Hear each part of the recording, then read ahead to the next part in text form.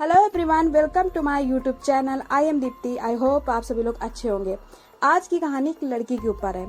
एक लड़की जिसका नाम राधा होता है, वो अपने पापा के साथ रहती थी। उसके पापा किसान थे। वो अपने पापा की हेल्प कराने के लिए खेत में भी जाया करती थी। गाँव का एक लड़का था जो राधा को देखकर उसे पसंद करने लगता है। एक दिन उसे वो प्रपोज भी करता है, लेकिन राधा उसे साफ साफ इनकार कर देती है। इसलिए उस लड़के को बहुत गुस्सा आता है। एक दिन राधा के पिता जब किसी काम से दूसरे गांव गए थे और राधा अकेले होती है और खेत में काम कर रही होती है, तभी वो लड़का अपने 3 दोस्तों के साथ जाता है और राधा को मार देता है और उसकी लाश को वहीं पर एक नदी होती है वहां पर फेंक देता है।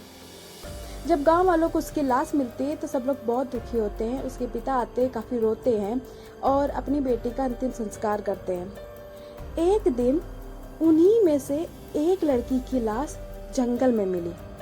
सब लोगों को लगा कि शायद किसी ने या किसी जानवर ने मार दिया हो, खा लिया हो, लेकिन उसके 2 दिन बाद उनमें से एक और लड़की की लाश उस नदी के किनारे जो पेड़ था उस पे टंगी हुई मिली और उसकी दोनों आंखें फूटी हुई थी। ये देखकर सब डर गए कि इतने भयानक रूप से इन लोगों को कौन मार रहा है। अब सब लोगों को लगने लगा था कि ये कहीं न कहीं राधा की आत्मा सबको मार रही है। अब 2 लड़के बचे थे। अब वो काफी डर रहे थे कि अगला नंबर हमारा हो सकता है। इनमें से एक लड़का जो कि रात को टहल रहा था, एक नाला था उसके किनारे, तभी अचानक पीछे किसी ने उसको धक्का दिया और वो जाकर नाले में गिर गया। वो जैसे ही नाले से बाहर निकलने वाला था, किसी ने उसका पैर पकड़ा और उसे नाले के अंदर घसीट करके डुबो करके मार दिया। अब सिर्फ एक लड़का बचा था जिसने राधा को प्रपोज किया था। अब वो काफी डर गया। अब वो समझ गया था कि ये सब राधा की आत्मा ही कर रही है।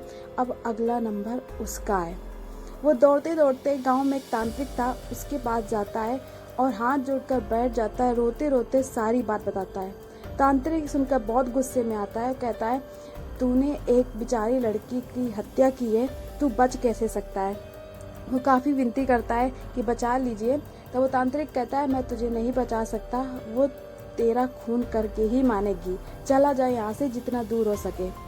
वो काफी डर जाता है और घर जाता है और सोचता है कि सुबह होते ही वो अपने घर की ओर निकल जाएगा। रात को जब वो लेटा होता है, पहले तो उसे नींद नहीं आ रही होती काफी डर की वजह से, लेकिन जब रात को 11 बजते हैं तो उसे नींद आने लगती है। वो लेट जाता है और सो जाता है। लगभग रात को करीब 1 बजे उसे ऐसा लगता है कि उसके ऊपर कोई बैठा है। सोते सोते वो मन में सोचता है कि शायद उसका वहम है। फिर जब उसे ऐसा लगता है कि किसी के नाखून उसके गाल में चुभ रहे हैं तो एकदम से उसकी आंख खुलती है। उसने सामने जो देखा उसके पसीने छूट जाते हैं।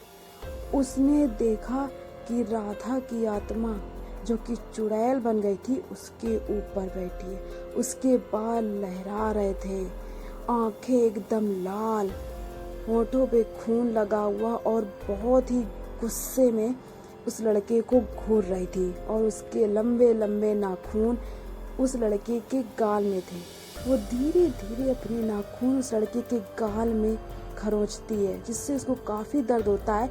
लेकिन वो चिल्लाना चाह रहा था लेकिन उसकी आवाज नहीं निकलती है। तभी राधा एकदम से चिल्लाती बहुत तेज से और अपने नाखून उस लड़के के सीने में गड़ा करके खून निकाल देती और तब तक उसके खून निकालती रहती जब तक उसकी जान नहीं निकल जाती।